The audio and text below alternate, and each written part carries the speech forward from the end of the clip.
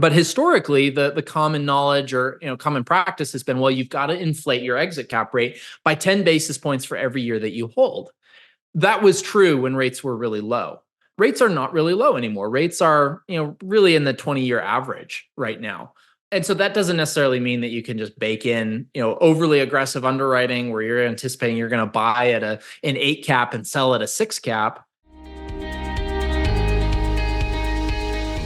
Sam, welcome back to the show. Looking forward to diving in again. You and I haven't done a show, recorded anything together in a long time. Yeah, it's been a minute. Good to get back in the seat, as it were. There's always things happening. So even though you and I are dialoguing on a fairly consistent basis, it's fun to take a little bit of time and create some content here and share some of the things that we're seeing in the multifamily space. For sure. No, honored to get to do this and hopefully help the listeners, investors that are listening as well. You and I have talked a lot, as we do often, our team.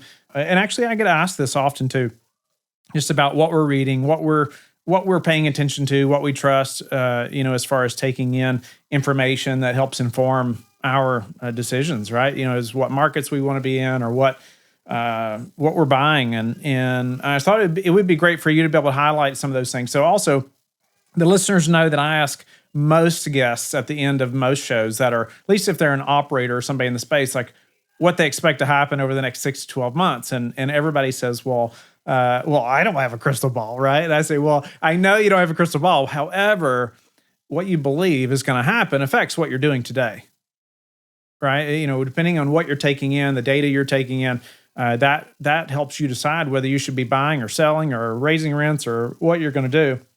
And so, you specifically take in a ton of data personally, which is so beneficial. And so why don't you start by highlighting maybe even some of the data that you trust and where you get it? And then let's dive into some of the trends that you see happening. Yeah, I collate data from a lot of different sources, looking for interesting voices. I try to consume some contrarian data. I find a lot of that on Twitter, or X as it's known now. Follow a lot of folks that are big in data like RealPage or CoStar. That's where you get some consensus. But then I also talk to a lot of operators, follow a lot of operators. And so I'm picking up a lot of anecdotal pieces of information as well from both small and large operators across the country, and trying to curate to folks who are in the Midwest and the West, as those are two markets that we're particularly focused on. So it's very interesting right now. There's a coalescing of vision around what's going to happen really over the next 3 years. The exact timing of all of this is going to have a massive impact on the outcomes for certain groups. But I'll just share that in brief here. So 2024, we're going to have higher deliveries. We've been talking about this a lot internally and externally at LifeBridge Capital. There's a huge construction pipeline that's cresting right now. We're going to have record deliveries for the last 50 years happen in 2024. This is due to so much of the easy money environment of 2020, 2021. Great demand. It was a fantastic time to put starts in the ground. There was a ton of developers that started a lot of projects, and those are all coming to fruition. So that's going to cause rents to probably go down, especially in the first half of the year as that product gets absorbed.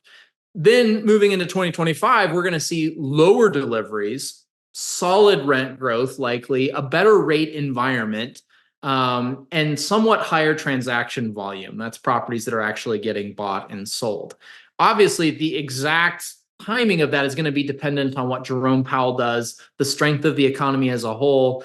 But at this point, there has been some pretty strong indications that interest rates are about as high as they're going to get in this cycle. We've seen the 10-year move somewhat. We're recording this on President's Day.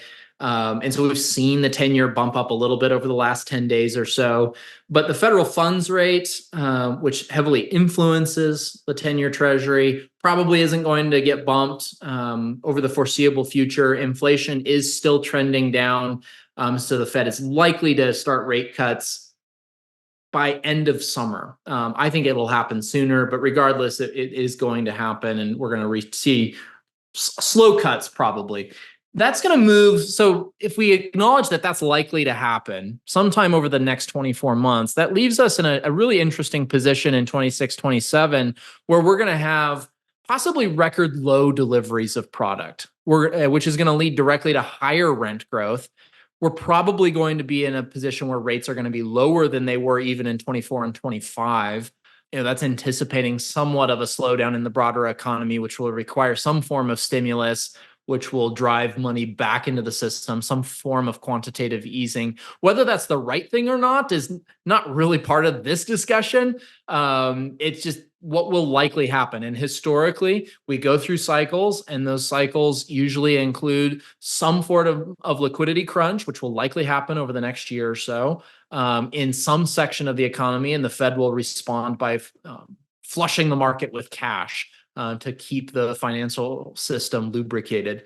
And so 26 and 27 is going to be, by consensus anyways, kind of the kickoff of the next bull cycle, where we're going to start to see rents grow, NOI grow significantly, property valuations grow significantly, because you're going to have the tailwinds of good operations and positive macro trends as well. So the trick is obviously to execute in this environment where people are buying into kind of the same meta narrative, and just position. We want to see what is those meta narratives, and we've kind of sketched that for you here.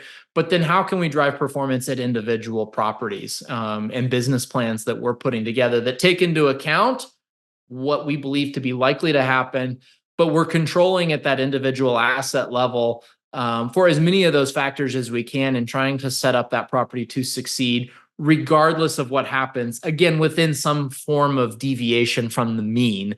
We're not anticipating the world to collapse and end. That's a different set of investing criteria altogether. But assuming that things are relatively normal, we're in probably the trough of valuations right now from a real estate perspective, which is leading to massive gulfs in expectations. Sellers are still thinking their properties are worth what they were 18 months ago. Buyers are looking at the current lending environment and say, I want to build a 10-year business plan around debt at 6%. And that's creating a pretty massive value gap between buyers and sellers. We are starting to see that gap close. We were bidding on an asset in one of our core markets, newer construction, and it ended up being taken off the market around a 5% cap rate for an all-cash offer. We haven't seen that in some time, and it wasn't a 1031 exchange. That was some group that came in, decided they loved the market. They were willing to take a bet that rates were going to come down. They're probably going to hold the property for 6 to 12 months, all cash, then potentially refinance it into lower rates. And we're starting to see groups that are talking about making bets like that. That's not our strategy at LifeBridge Capital, but it is interesting to see that strategy start to come back into the marketplace. I think near term, over the next 3 to 6 months, the movement in interest rate is going to say a lot about the viability of that strategy and whether more groups are going to pile in. But functionally, what the market needs to return to some degree of normalcy, just from a transaction volume standpoint, is capital flowing into the space. There is a ton of capital on the sidelines.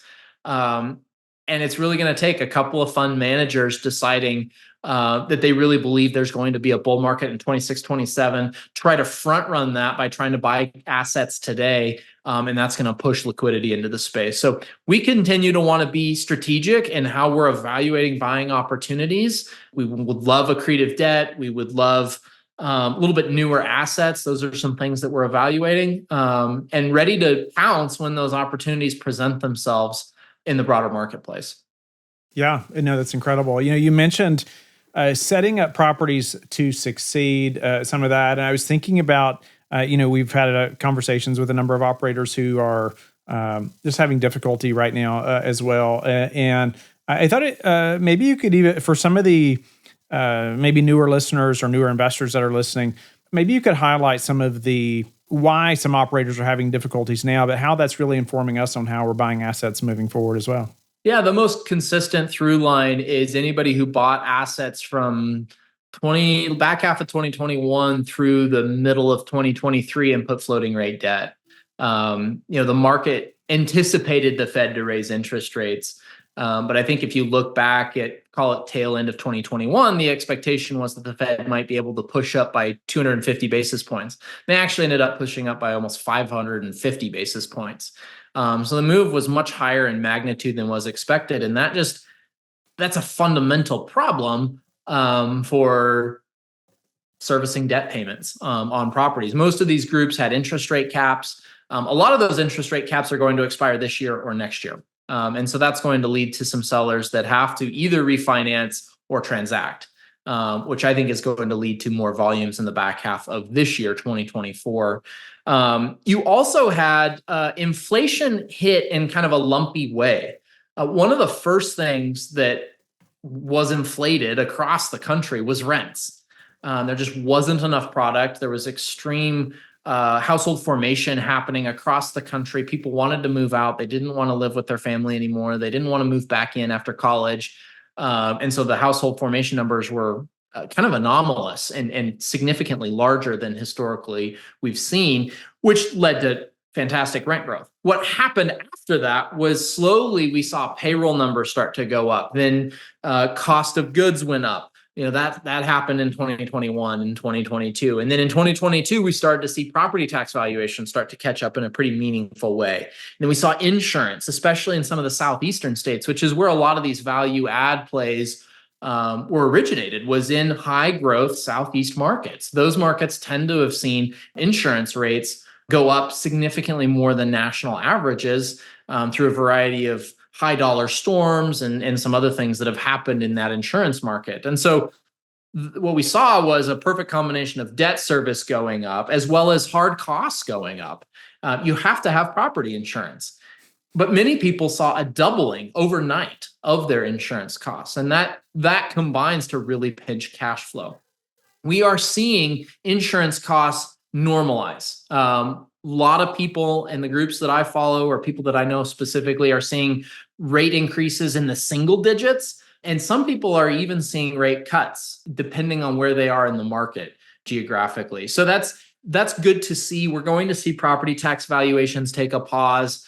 Again, this depends so much on local jurisdictions, but broadly, property values are not what they were 18 months ago, which is going to filter through the system and result in lower property tax bills. Although generally the governments are slower to give decreases than they are increases. So that's caused a lot of the, I'll call it lowercase d distress that has been seen. We're also seeing lenders be very willing to work with sponsors. Everybody believes that the environment is going to be better in 12 months. Most lenders don't want to take properties back. They are motivated to work things out with their sponsor and get to an environment where either a sale or a refinance is more feasible, just given macro factors, most importantly, interest rates. I want to transition just a little bit, Sam, with the last few minutes that we have here, because I wonder your take on this as far as, what you know now. You and I invest passively in a number of projects, right? And look at other operators, deals and things like that. That helps inform us, but we're interested in investing too. So, but I wonder, what if anything, has changed for you as far as maybe the way you invested passively, for the passive investor listening right now that's learning about our industry. What changed for you? What has changed for you as far as how you're looking at these deals as a passive investor, say from 2 years ago to today? I honestly don't know if there's a lot that has changed. We did take on some floating rate debt on a couple of deals late in 2021, early 2022. And we've learned some lessons from that. Kind of paradoxically, now is the time to actually go do floating rate debt. You believe rates are going to come down. I prefer certainty. And I think that's a lesson that we knew intellectually and we took some risks. And now we know for sure that certainty in most circumstances, I want to be careful as an investor, even in my own funds, of just boxing myself in to axioms that may not always prove true. An example of that, and something that I've changed that may surprise some folks, is I'm curious what sponsors are doing with exit cap rates right now. But historically, the common knowledge or common practice has been, well, you've got to inflate your exit cap rate by 10 basis points for every year that you hold. That was true when rates were really low. Rates are not really low anymore. Rates are, really in the 20-year average right now. And so that doesn't necessarily mean that you can just bake in, overly aggressive underwriting where you're anticipating you're going to buy at an 8 cap and sell at a 6 cap. But especially when you're looking at newer properties, you can get into a negative feedback loop where you might have an opportunity today. And we've seen these deals, especially coming from developers who need to sell properties because they've got expensive construction financing. They're willing to sell at an in-place 6 cap. In core markets, it might be a little bit of a smaller deal. You're not seeing that yet on 150 units and up, but some of those smaller deals, at a 6 cap, you're probably, it's not a responsible underwrite to say, well, that's going to sell for a 6.5 to a 7 cap.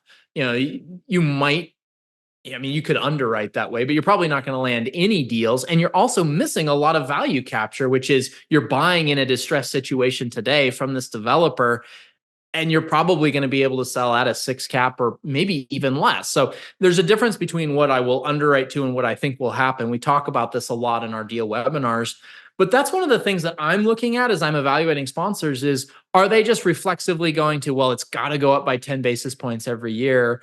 Or are they taking a look at this specific asset and building a business plan that takes into account where we are in the macro cycle? And that's, to be clear, that's probably going to have some inflation of the cap rate, but it's might not be 10 basis points a year. No, I'm grateful for the color there. As I know a lot of investors listen, and if they haven't been investing for a number of years, they're just maybe more concerned about getting in now, and some see it as an opportunity to get in now, but are just trying to evaluate different operators and what they should be looking at. There's so many different parts of a deal. But anything else you'd leave us with as far as the multifamily trends or advice for passive investors before we close out? Yeah, I think that this is something that gets spoken fairly often, but a lot of folks will look at the bottom line. What's the IRR on this deal? And that's really tempting, right? I've evaluated some investment opportunities where it's like, this is a 45% IRR. And instantly I get red alarm bells going off in my head. What is going on here? But there's a siren song to it too, where we're reflexively drawn to that higher rate of return. But figuring out a way to quantify your risk reward calculus, right? And make sure that you're looking at the sensitivity analysis that sponsors are putting out. I think that that's a really important piece. At LifeBridge Capital, we're looking at a lot of newer deals that maybe don't pencil out to the high teen IRR of some of the value add deals that we accomplished back in 2019. We're just in a different part of the cycle. And so we're putting a little bit more of an emphasis on predictability and a little bit less on overall return. There will come a moment in the cycle, potentially in about 18 months, where there's going to be a lot of these quote unquote value add deals that are going to trade. There's probably going to be another value add play, but that's with where interest rates are and where we are in the market cycle. That's not the best business plan, in my opinion, from a risk reward perspective. All things being equal, that's a general statement that doesn't speak to every single deal that's out there. But broadly, I think the opportunity is more in partnering with developers and taking on new product, running it well, and looking for more of a long-term hold that delivers, call it I'm going to be really broad here, but a 12 to 15% IRR to investors, or maybe even a 10 to 15% IRR, but with a lot of predictability around it. So that's what we're seeing in the market. That's what I want to drive towards as we're building our investment thesis and evaluating opportunities. And I think it's really important. We're seeing a lot of folks who've been investing for the last 5 years.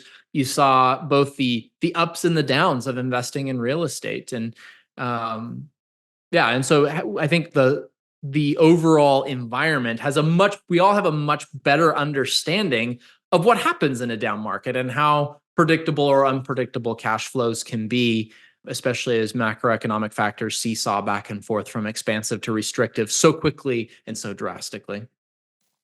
Sam, I'm always grateful when our calendars can align and we can get you on the show. So grateful for the insight today. I appreciate you very much. I hope the listeners will go to LifeBridge Capital, where Sam actually is writing some blogs now, and some other team members are writing information as we put out information to help educate our investors. Hope you will go there and sign up for the LifeBridge Capital newsletter. We're putting quite a bit of work and time into that now to add value to you. So go there. You can always email us at info@LifeBridge Capital as well. We'd love to hear from you. Have a blessed day.